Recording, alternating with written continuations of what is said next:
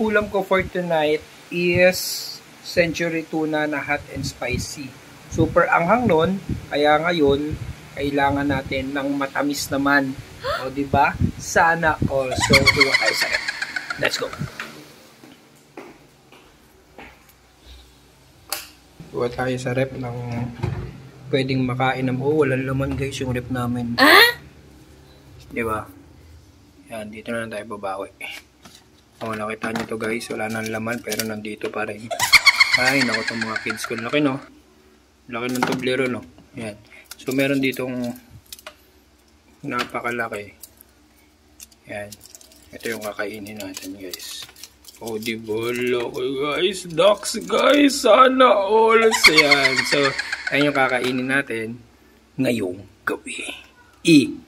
For etot.